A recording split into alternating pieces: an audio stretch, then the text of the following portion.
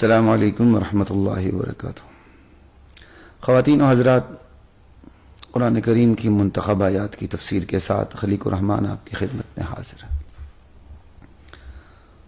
سورۃ المؤمنون کی ابتدائی آیات سے آغاز کرتے ہیں، انتہائی اختصار کے ساتھ چیدہ چنیدہ باتیں صرف آپ کے سامنے رکھتے ہوئے تیزی سے آگے بڑھنے کی کوشش کروں گا۔ اللہ نے موقع دیا تو انشاءاللہ رمضان کے بعد ایک منظم طریقے سے، ایک بھرپور طریقے سے تفسیر قرآن کا، احادیث کا، فقہ کا سلسلہ شروع کریں گے اللہ تعالیٰ نے چاہا۔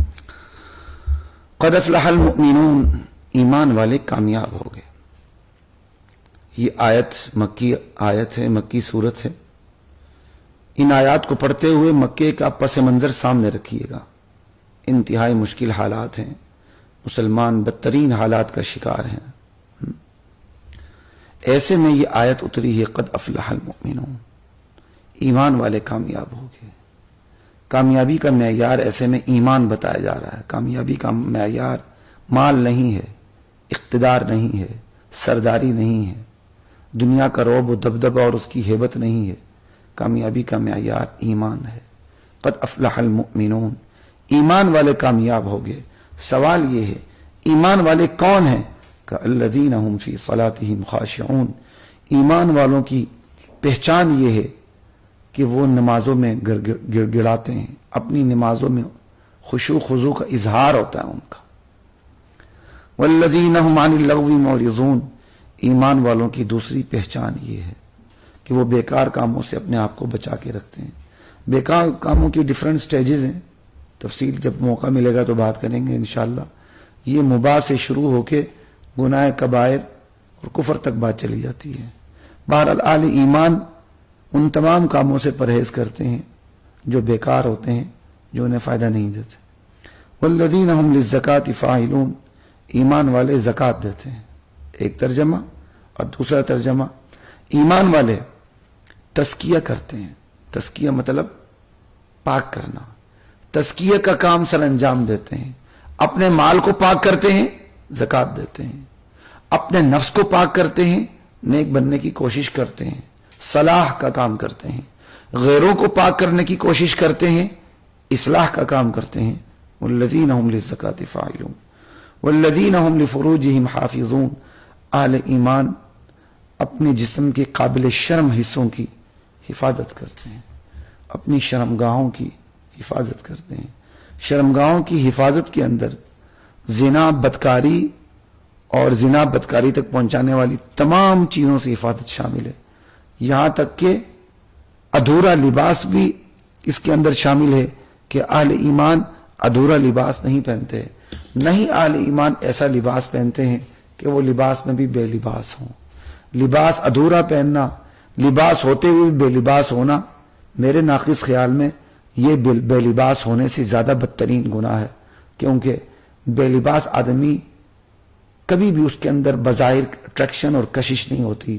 ادھورا لباس پہن کے، نامکمل لباس پہن کے جسم کے قابل شرم حصوں کو مزید نمایاں کرنا، اس طرف انسان کی کشش زیادہ جاتی ہے اور یہ زیادہ بدترین گناہ ہے۔ خیر، باقی یہ تو میں نے ایک پہلو سے بتائی، ورنہ ایک بندہ ننگ ڈڑنگ ہو کے سامنے آ جائے اس کا گناہ تو ہے ہی زیادہ، لیکن خیر اس کے مختلف پہلو ہوتے ہیں۔ الا علی ازواجہم او ما ملکت ایمانہم فانہم غیر ملومین، البتہ بیویاں ہوں، زر خرید کنیزیں ہوں، اس حوالے سے کوئی ملامت نہیں۔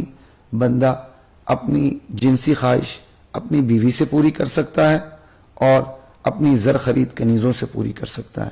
آج غلامیت کا دور نہیں، کنیزوں کا دور نہیں، لیکن ضابطہ موجود ہے۔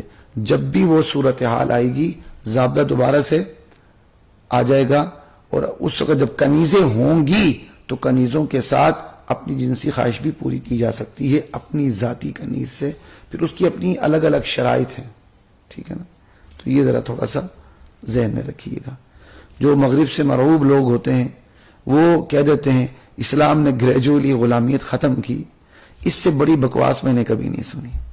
یہ اس کو بکواس ہی کہوں گا، کیونکہ اب اتنا موقع نہیں بات کرنے کا، اس سے بڑی بکواس کبھی نہیں سنی۔ یہ ایسے جاہل لوگ ہوتے ہیں، ان کو پتہ ہی نہیں اسلام کے حکم کو ختم کرنے کے لیے اس کی ایبروگیشن کے لیے، اس کی کینسلیشن کے لیے آرڈر ضروری ہوتا ہے. کوئی چیز ایبروگیٹ کرنے والی ہو، کینسل کرنے والی ہو، نسخ ہو، ناسخ ہوگا تو حکم منسوخ ہوگا. پہلے تو یہ بتائیں وہ کون سا ناسخ حکم اوپر سے آیا ہے جس نے غلامیت کو ختم کیا. اسلام تو کفاروں میں کہتا غلام آزاد کرو، اسلام قتل میں آ کے کہتا غلام آزاد کرو. آپ قتل کی مقدمات کو دیکھیں، وہاں بھی غلام کی آزادی کی باتیں قرآن کر رہا ہوتا ہے. اسی طرح قسموں کے اندر غلام کی آزادی کی باتیں ہو رہی ہوتی ہیں. کفارہ زہار کے اندر بھی غلام کی آزادی کی بات ہو رہی ہوتی ہے. اگر اسلام نے گریجولی غلامیت ختم ہی کر دی تھی تو پھر یہ کیوں کہا غلام آزاد کرو؟ اگر اسلام نے غلامیت ختم ہی کر دی تھی تو یہاں کیوں کہا کہ اپنی جنسی خواہش آپ پوری کر سکتے ہیں بیویوں سے بھی اور زر خرید کنیزوں سے بھی؟ کیا یہ قرآن کی آیت منسوخ ہے؟ ایک سے ایک نہیں، کئی مقامات پر یہ آیا. کس فقی کے اندر یہ ہمت ہے کہ یہ کہے کہ یہ آیت منسوخ ہے؟ بہرحال فقی کوئی بھی نہیں کہتا، مفتی کوئی بھی نہیں کہتا، عالم کوئی بھی نہیں کہتا. یہ عالم نما جو جاہل ہوتے ہیں نا، جاہل، یہ اس قسم کی باتیں کرتے ہیں. بہرحال اتنی سی بات سمجھ لیں، کسی بھی حکم کے منسوخ ہونے کے لیے ایک آرڈر ضروری ہوتا ہے جو اس حکم کو منسوخ کر دے. ٹھیک ہے نا؟ جیسے رمضان سے پہلے کہا جاتا ہے 3 روزے فرض تھے، ٹھیک ہے، تو وہ منسوخ ہو گئے، آرڈر موجود ہوتا.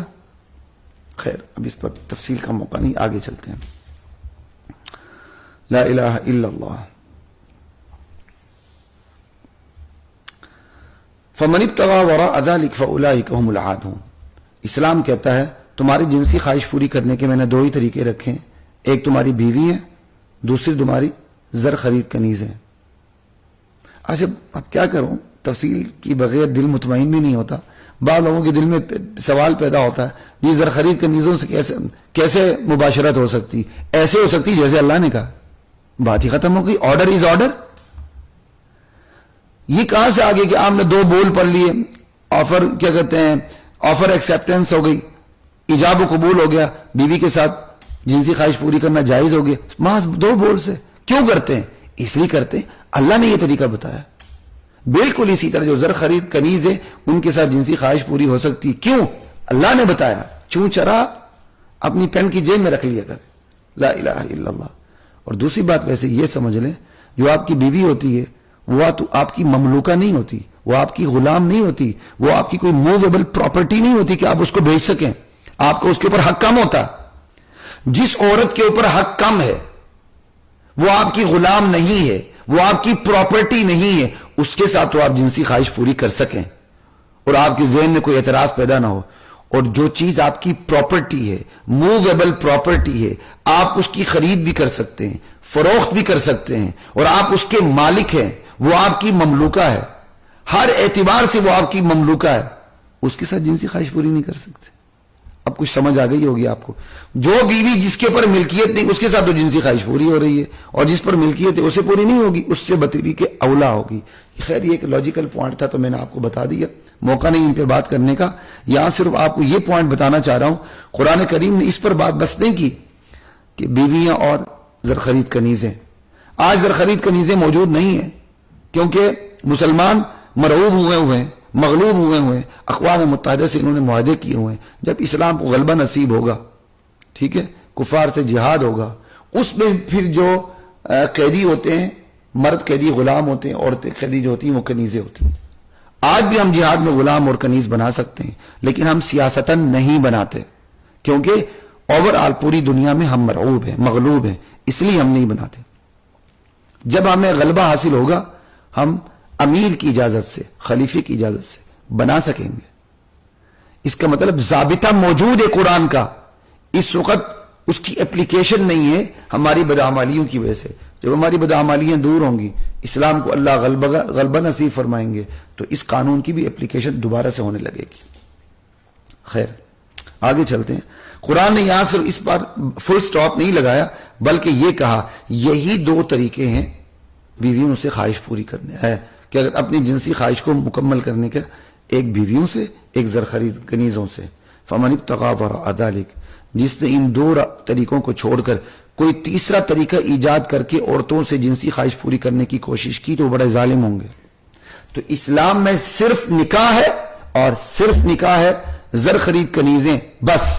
اسلام میں متع شتع کا کوئی کانسیپٹ نہیں ہے.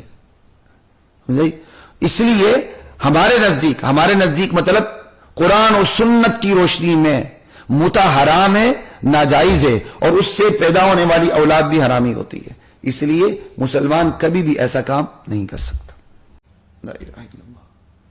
تو سورہ مومنون پہ اتنی بات کافی ہے. اس کا خلاصہ اتنا ہی سمجھ لیں، جو نکاح اور زر خرید کنیزوں کے علاوہ کوئی بھی عقیدہ رکھے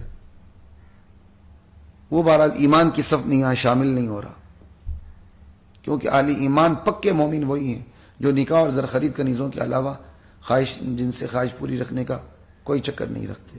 اسی طرح جو زکوٰۃ کا انکار کرے تو زکوٰۃ کا انکار کرنے والا تو ویسے ہی کافر ہوتا ہے، مسلمان رہتا ہی نہیں. اچھا جی، آگے چلتے ہیں.